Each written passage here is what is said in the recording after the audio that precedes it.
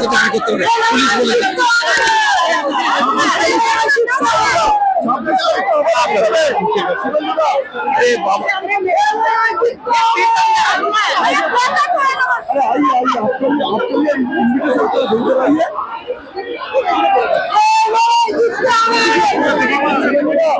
ছাব্বিশ তারিখ তো আবার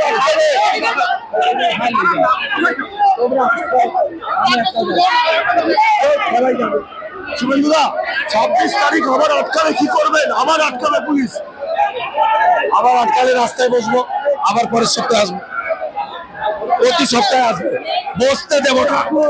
বাংলাদেশের মোল্লা জামাতদের বসতে দেব, বিচার চাই। একটা অ্যাপয়েন্টমেন্টে এত সমস্যা, আপনি তো একটা অ্যাপয়েন্টমেন্টে এত সমস্যা হবে। মমতা পুলিশ না বলে দিচ্ছে।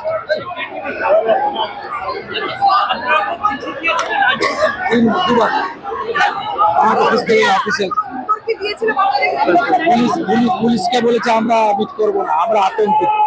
ওরা নাকি ভীত, ওরা ভীত। যতক্ষণ না মিট করছে, ক্ষমা চাইছে, শাস্তি দেওয়ার প্রতিশ্রুতি দিচ্ছে, ছাড়বো না। প্রতি সপ্তাহে 10,000 করে লোক নিয়ে, আজকে 5,000 লোক প্রতি সপ্তাহে আসবে। আমি ছাড়াও আগে হিন্দু, পরে রাজনীতি। হিন্দু হিন্দু ভাই ভাই, হিন্দু হিন্দু ভাই ভাই, হিন্দু হিন্দু ভাই ভাই।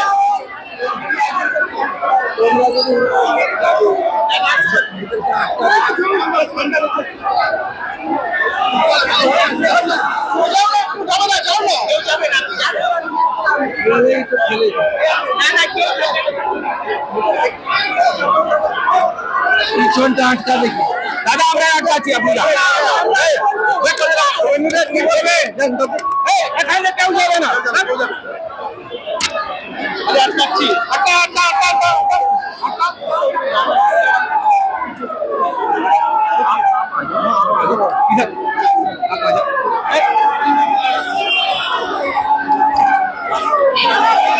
দিদি দিদি সাইড দিয়ে, সাইড দিয়ে।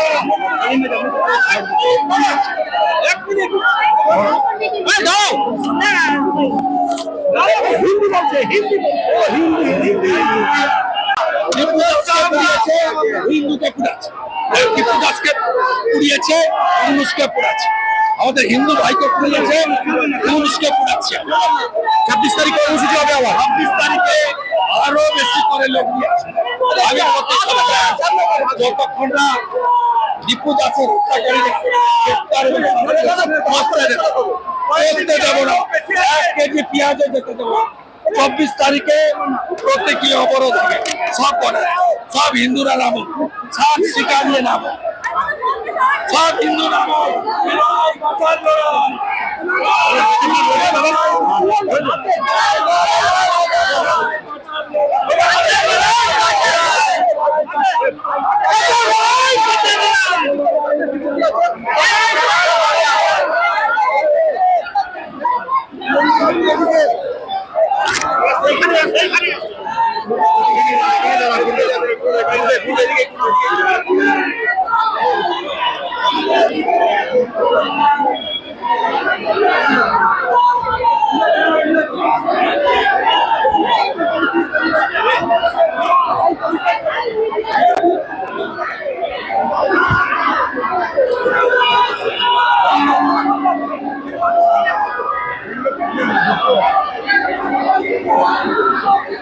দাঁড়া, আমি পিছনে।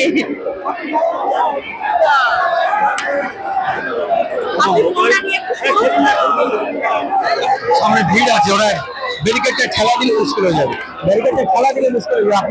আপনি ঘরের মধ্যে থাকবেন, সামনে বুঝতে পারছেন না, ঘুরতে দিলে ভালো। এই সরে যা, সামনে ফাঁকা করো, ওখানে দাদা একা যাবে। ব্লক করে রেখে সামনে সামনে দাদা একা যাবে। এই সামনে সারা আমি যাচ্ছি না, সামনে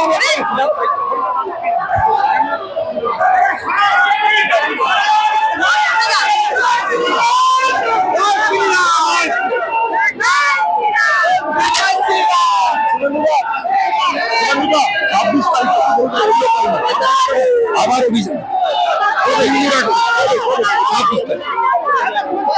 26 তারিখ আবার প্রতি সপ্তাহে আসবে। আজকে আজকে ঠিক করে মমতার পুলিশ ওদের পাহারা দিচ্ছে। লজ্জা থাকা উচিত মমতার পুলিশ। 24 তারিখে সব বর্ডারে অবরোধ। আজকে পুলিশ তিনবার মেসেজ।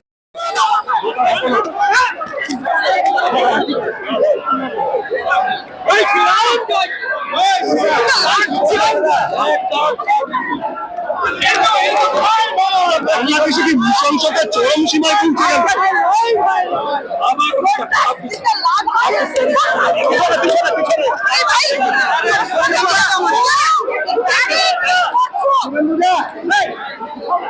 পৌঁছে গেল?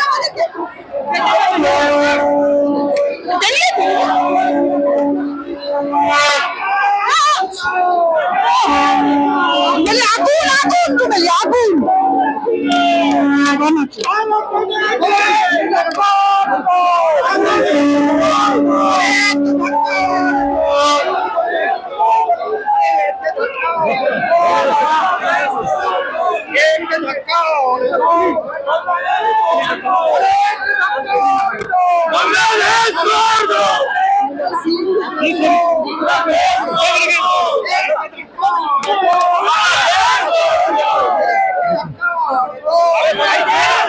একটু পিছিয়ে থাকুন, হালকা করে চাপিয়ে দাও।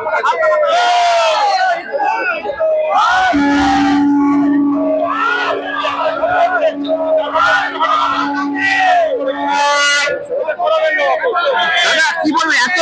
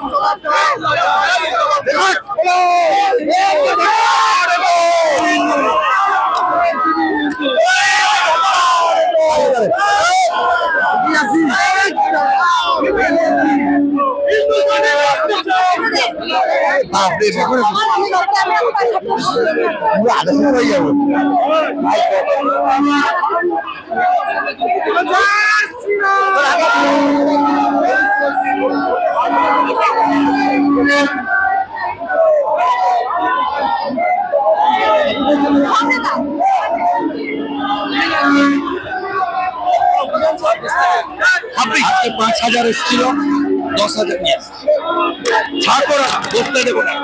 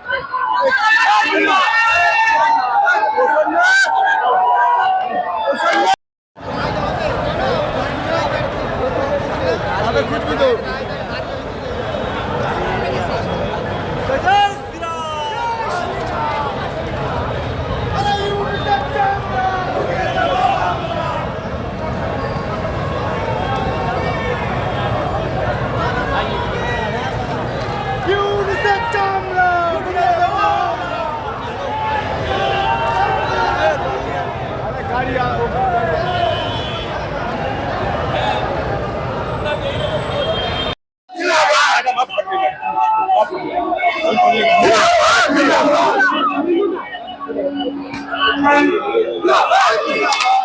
মাতা কি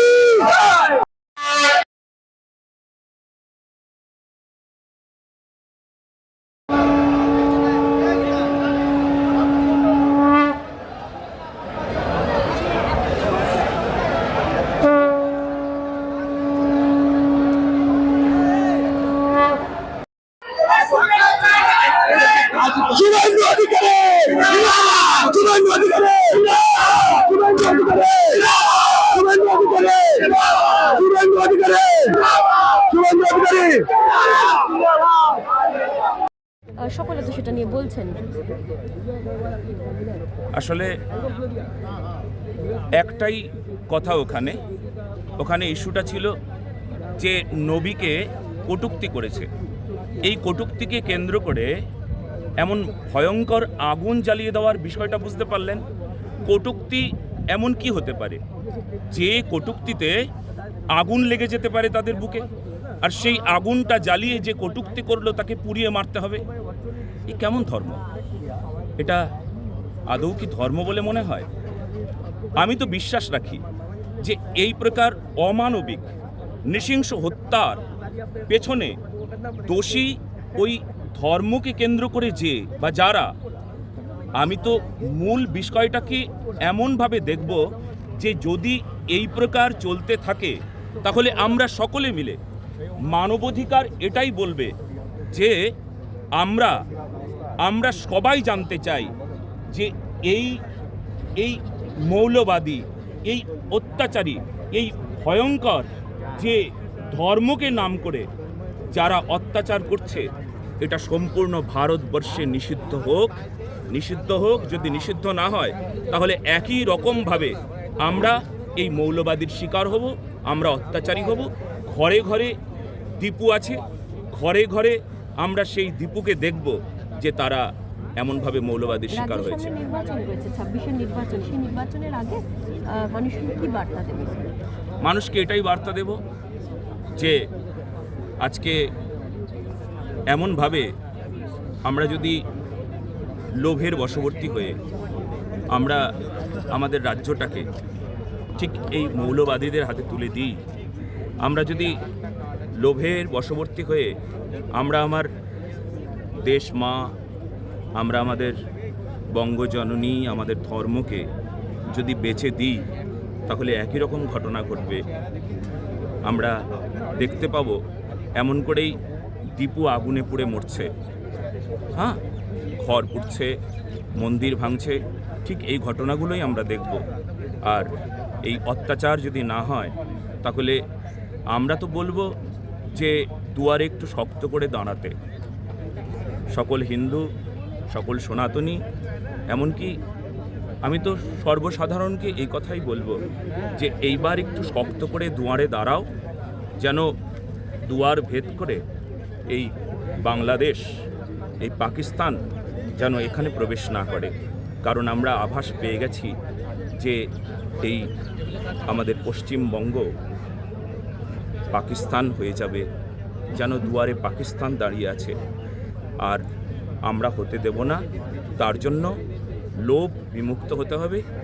যে অর্থকে কেন্দ্র করে আমরা যেমন নিজেকে বেচে দিই, ঠিক আজকে আমরা খুব সাবধান। আমি যেখানে যেখানে যাচ্ছি এই বার্তাটা পৌঁছে দিচ্ছি যে আমরা লোভে পড়ে যেন আমরা আমাদের দেশকে, আমরা আমাদের ধর্মকে, আমরা আমাদের নিজের অস্তিত্বকে বেচে না দিই। খুব সাবধান, খুব হুঁশিয়ার। Thank you.